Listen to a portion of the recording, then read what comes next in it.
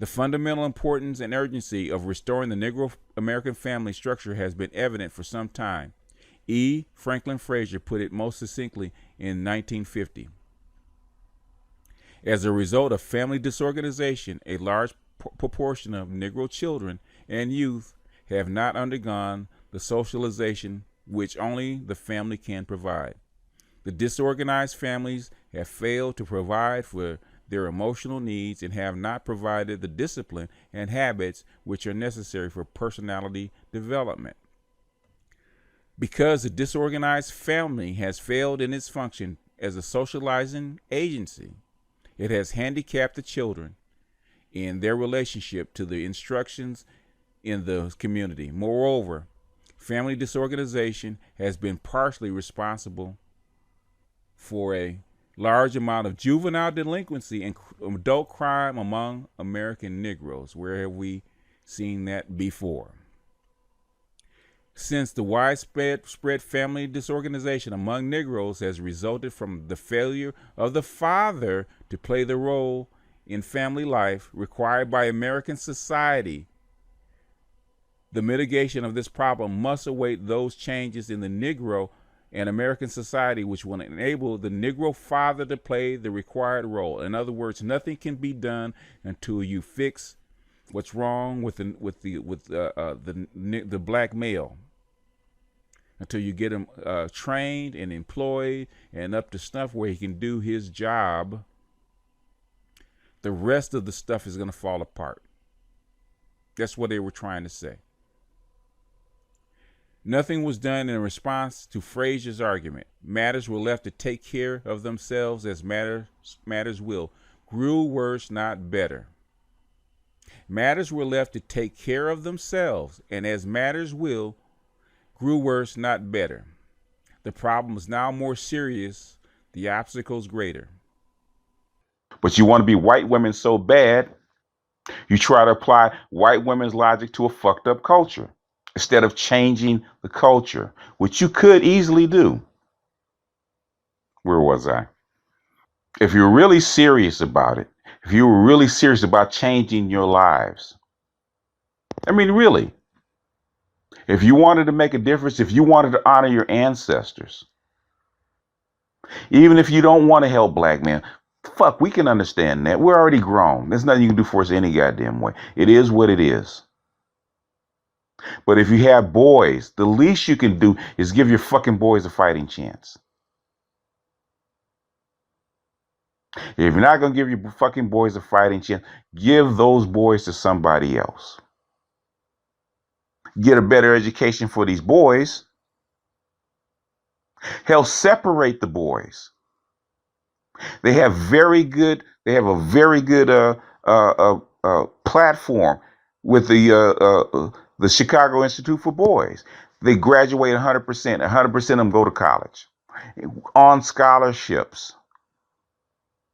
But you're so jealous-hearted and you're so elitist because that's the way your family has taught you that you won't allow it. You won't replicate it someplace else so that your boys can actually elevate themselves and the boys can actually have enough tools and strength to bring you up out of the black community, up out of its morass. Because only the men can, only the men can bring the community up out of its morass. Women can't fucking do it. Because if you could have done it, as much education as you've had, as much money as the United States has poured into you, it would have happened already. Relationship between black men and black women. Matter of fact, I think we could probably agree when you get down to the root of this all, that lack of communication, that lack of trust, that lack of solidarity is the very reason why you have a community in crisis. I'll agree with that. But for every issue that a black man has, black women have issues too. Everybody's suffering in this war, and what I don't want to happen is for anybody who's in this battle to believe that what's being waged upon you is more important than somebody else, because it's not. Because everything needs to be dealt with. Yes, black men are definitely assaulted on a regular basis, psychologically, economically, socially, absolutely.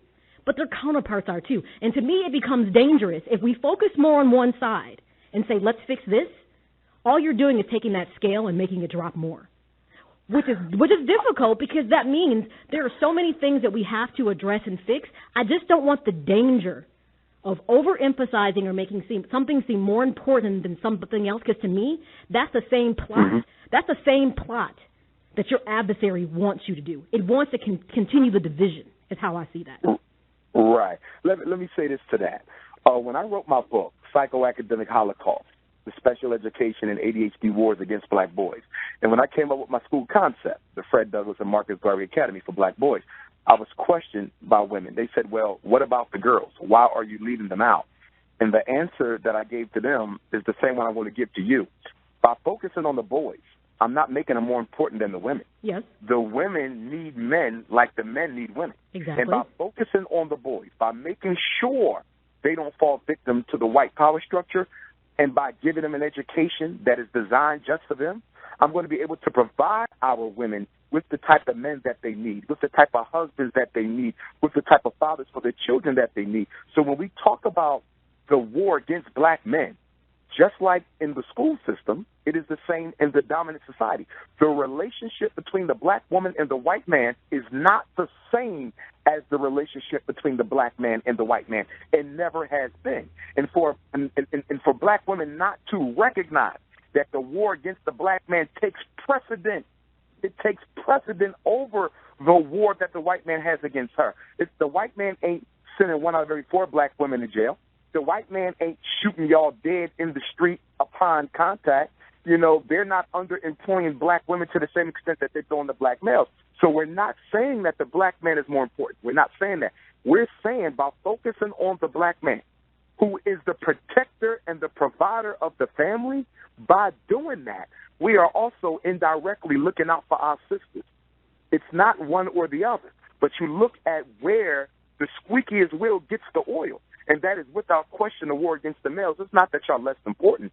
Y'all suffer from white supremacy as well. But we got to be very clear that the assault against the black man is not equal to the assault against the black woman. And by paying attention to the assault against the black man, we're also doing our sisters a lot of good by providing them with the type of men that they need. So I do understand where you're coming from, but I'm saying look at it more for how fixing this issue with the men is going to bring a resolve to the crisis and also help out a lot of our sisters. For example, let me give you this real quick. With that, hold that thought, because we have to take a quick break. We'll be right back. The Maya Kai Show.